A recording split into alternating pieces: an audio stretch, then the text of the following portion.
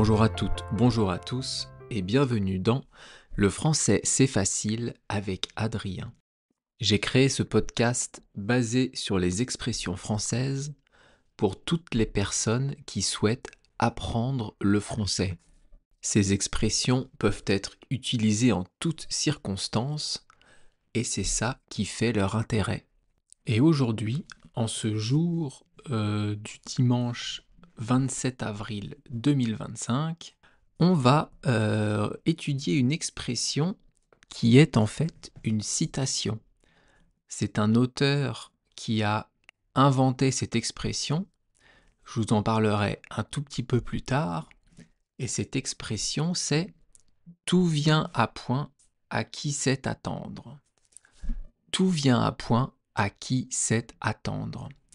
Mais avant ça, comme d'habitude, je vais diviser le podcast en 3 parties. Je vais vous parler dans une petite introduction d'une histoire qui m'est revenue de quand j'étais plus jeune. Après, on va parler pour étudier un peu plus en avant le français de polysémie. Je vous en parlerai tout à l'heure. Et enfin, bien sûr, on étudiera l'expression. Alors, tout de suite, je vous raconte ma petite histoire à laquelle j'ai pensé. Pourquoi j'ai pensé à cette histoire ? Eh bien, j'y ai pensé en voyant l'expression que je voulais qu'on étudie. Vous allez comprendre. Je devais avoir peut-être... quel âge j'avais ? Peut-être 13, 14 ans. Et il faut savoir que j'ai un neveu qui a 8 ans de moins que moi. En fait, j'ai ma sœur aînée, une de mes sœurs, qui a 12 ans de plus que moi. Donc, ma sœur, qui a 12 ans de plus que moi, était enceinte à 20 ans. Et donc, moi, j'avais 8 ans. Donc, quand son fils est né, j'avais 8 ans. Donc, j'étais tonton, j'étais oncle à 8 ans. Et mon neveu, donc, est né quand j'avais 8 ans. Ça fait 4 fois que je le dis. Et donc, mes parents, qui étaient donc ses grands-parents, le gardaient beaucoup, parce que ma sœur continuait ses études, et donc il a été élevé une partie de son enfance chez nous. Et un jour, mon neveu n'arrivait pas à s'endormir. Donc, il m'appelle, parce que j'étais à côté, et il me dit qu'il n'arrive pas à s'endormir. Donc, ce que j'ai fait, c'est que j'ai pris le réveil avec les petites et la grande aiguille, et je lui ai montré. Il était peut-être 21h, donc 9h du soir. Je lui montre le réveil, et je lui dis, tu vois la grande aiguille, tu vois la petite, eh bien, quand la petite, elle est en face du 8, donc à 8h du matin, tu pourras te réveiller. Je pensais que de regarder le réveil, ça allait l'endormir. Alors je lui laisse le réveil, je sors de la chambre, et un quart d'heure, 20 minutes plus tard, il sort de son lit, il vient me voir. À l'époque, évidemment, il ne savait pas lire l'heure. Il devait avoir peut-être 4 ans. Et il me dit, donc il vient me voir et il me dit « Adrien, le réveil, il est cassé. Il n'y a que la grande aiguille qui bouge. La petite aiguille, elle ne bouge pas. » Alors je me suis marré, j'ai bien rigolé. Mais évidemment, je n'ai pas réussi à la voir avec ma technique. Je pensais que de regarder le réveil, ça allait l'hypnotiser, ça allait le faire s'endormir. Mais pas du tout, il arrive et il me dit que le réveil est cassé. Parce que, évidemment, en regardant non-stop un réveil, eh bien, on ne voit pas la petite aiguille bouger. Ça, c'était ma petite histoire. Pourquoi je pense à ça ? Parce que l'expression du jour, c'est « tout vient à point à qui sait attendre ». Eh bien, à cette époque-là, j'aurais pu dire ça à mon neveu. Mais je ne connaissais pas l'expression et lui n'aurait rien compris. Mais bon, cette expression, on va la travailler tout à l'heure.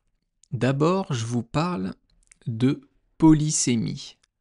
Alors, c'est pas une maladie, c'est pas une insulte, ne vous inquiétez pas. La polysémie, c'est un mot un peu compliqué pour dire quelque chose de facile.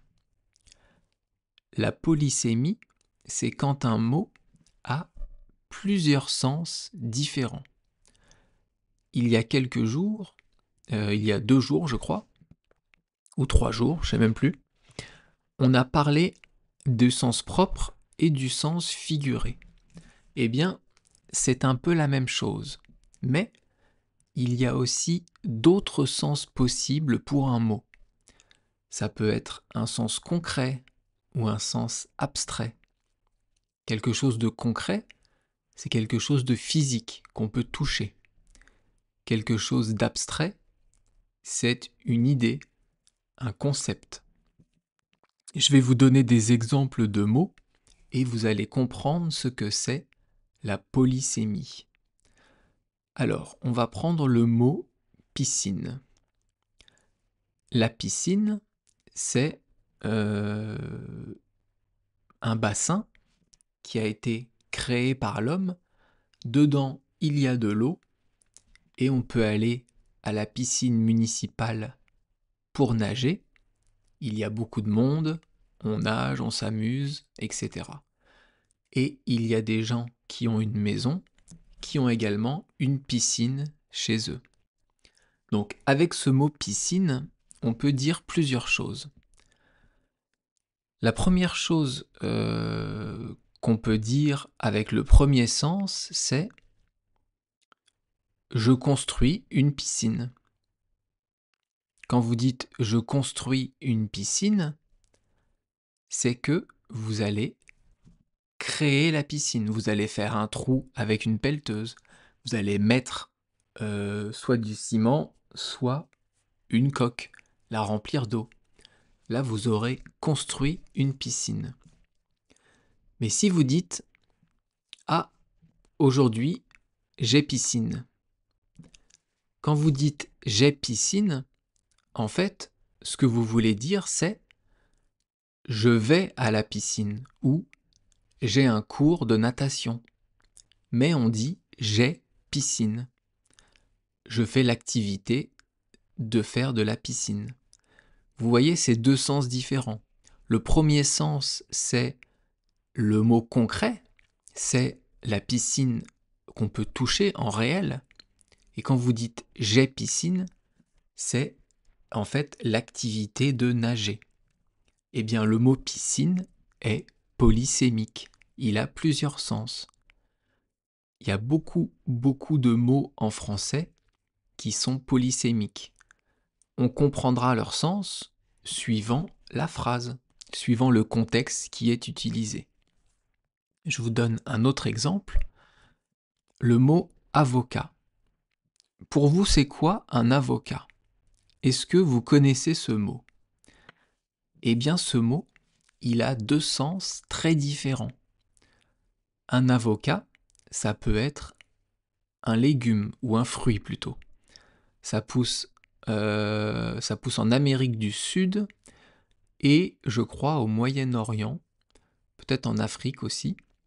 C'est un fruit qui est noir ou vert à l'extérieur.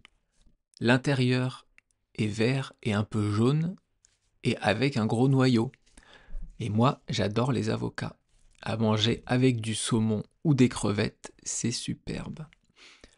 Eh bien ça, c'est l'avocat en tant que fruit ou légume.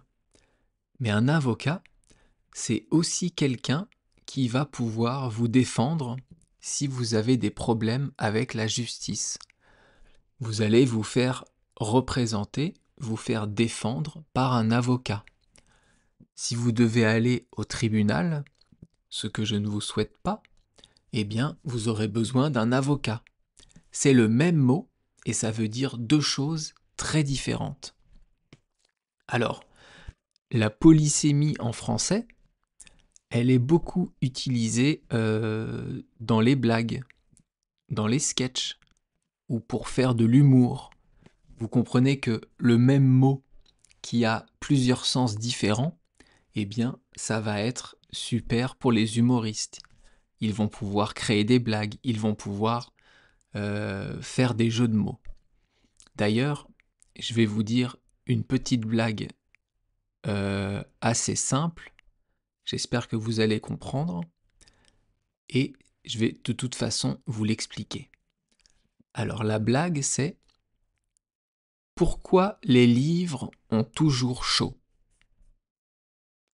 Attention, roulement de tambour. Parce qu'ils ont une couverture. Ah, ah c'est mauvais, c'est mauvais, c'est mauvais. Donc, je vous explique la blague. Pourquoi les livres ont toujours chaud? Ça, c'est la question. Et la réponse, parce qu'ils ont une couverture. La couverture d'un livre, c'est l'extérieur. C'est ce qui va protéger le livre. Et une couverture, c'est aussi ce qu'on utilise la nuit pour dormir. On peut avoir une couette ou une couverture. Et la nuit, quand on dort avec une couverture, on a chaud. Et bien là, on dit que le livre a chaud parce qu'il a une couverture. Bref, maintenant, après cette mauvaise blague, on est parti sur l'étude de l'expression du jour, qui est donc tout vient à point, à qui sait attendre. Alors, c'est quoi ces mots et ça veut dire quoi? Tout ici, c'est un pronom indéfini. On parle ici de toutes sortes de choses. Ça peut être une chose, ça peut être une autre. Comme c'est une expression, c'est une citation qui est générale, on ne précise pas ce qui va arriver. Donc on dit tout. Ensuite, vous avez le verbe venir, qui est conjugué au présent à la troisième personne. C'est donc le mot vient. Et le verbe venir, pardon, eh bien, ça tombe bien, je vais vous le conjuguer au présent. Encore un petit exercice de conjugaison. Je vous donne les pronoms et après, vous me dites, vous dites chez vous la conjugaison. Allez, c'est parti. Le verbe venir au présent de l'indicatif. Je viens, tu viens, il vient, nous venons, vous venez et ils vont. Ça, c'était le verbe venir. Ensuite, dans l'expression, on a deux mots qui sont à accent grave et point. À point. À point, ça veut dire à temps. Ça veut dire en temps et en heure.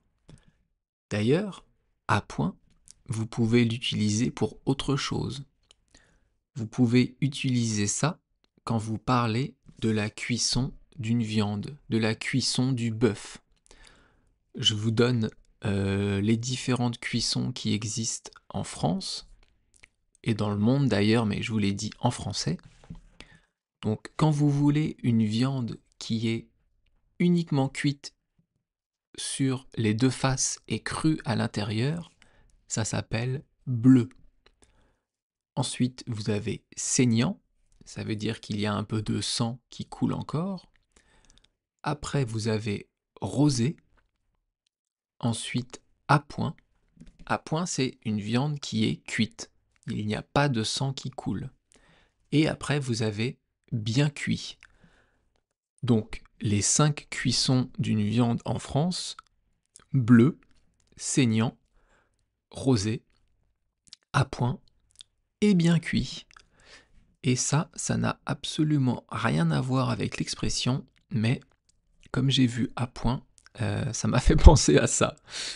Ensuite, donc dans l'expression tout vient à point, à qui sait attendre, vous avez la préposition à accent grave. c'est un mot qu'on retrouve beaucoup en français. Un jour, on se fera un podcast sur les prépositions, plusieurs d'ailleurs, parce que il y a beaucoup de propositions à étudier et c'est important d'y consacrer du temps. Donc un jour, je prévoirai ça. Restez bien à l'écoute, merci. Et il nous reste donc 3 mots dans l'expression. Le mot qui, ici, qui, sa fonction, c'est sujet. Ça va être le sujet du verbe savoir qui est juste après. Le mot c'est, S-A-I-T, c'est le verbe savoir. Et donc qui, ici, va désigner la personne qui va savoir attendre. Ça peut être moi, ça peut être vous, ça peut être n'importe qui. Comme on ne sait pas qui est la personne dont on parle, qui est cette personne, eh bien justement, on utilise le mot qui. Pardon, je baille. Le podcast où le mec fait tout, quoi. Je baille, j'éternue, je tousse. Ah là là, c'est terrible. On en était où? Donc ensuite, vous avez le verbe... oui, donc savoir, je vous en ai parlé. Et là, même chose, je vais vous le conjuguer. Pareil, présent de l'indicatif. Allez, encore un petit exercice.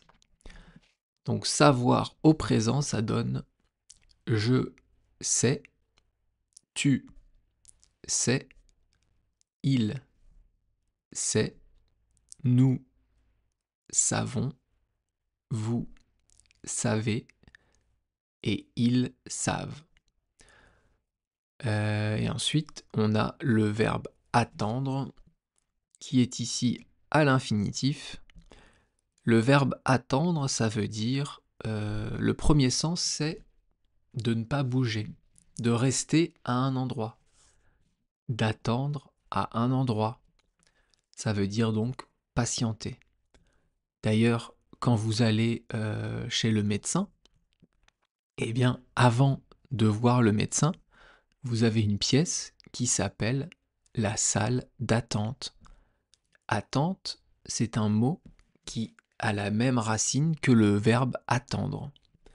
Et d'ailleurs, quand vous allez dans un restaurant, dans une boutique, vous êtes un client, et quand vous allez chez le médecin, vous êtes un patient. Eh bien, le mot patient, il a la même racine que le verbe patienter, qui veut dire attendre. Ce qui veut bien dire que chez le médecin, eh bien, on attend beaucoup. En général, ça dépend, mais en général, ça peut être long. Alors, attendre, c'est ça le sens premier. Mais ici, dans l'expression, il y a un sens qui est un peu différent. Ce n'est pas attendre physiquement à un endroit, c'est plutôt un sens figuré qui veut dire être patient, savoir endurer, savoir patienter un moment, savoir vivre sa vie, et à un moment donné, ce qu'on voulait va arriver.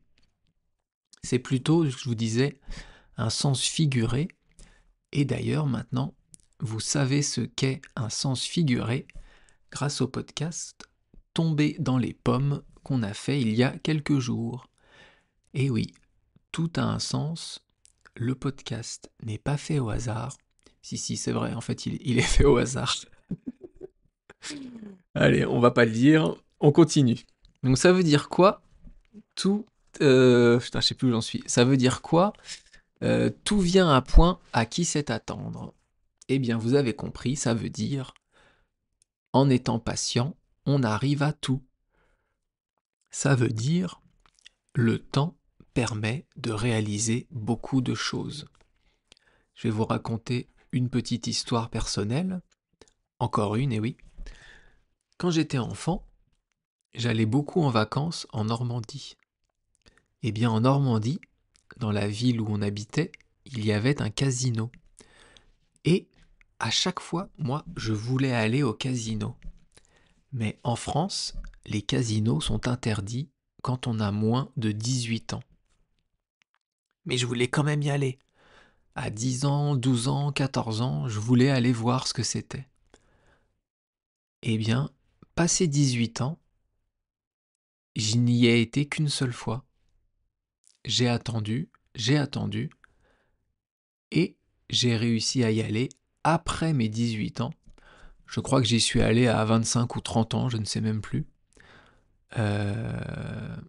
25 ans peut-être, oui. Et donc, j'ai dû attendre pour pouvoir aller au casino. On aurait pu me dire à l'époque, calme-toi Adrien, tout vient à point à qui sait attendre.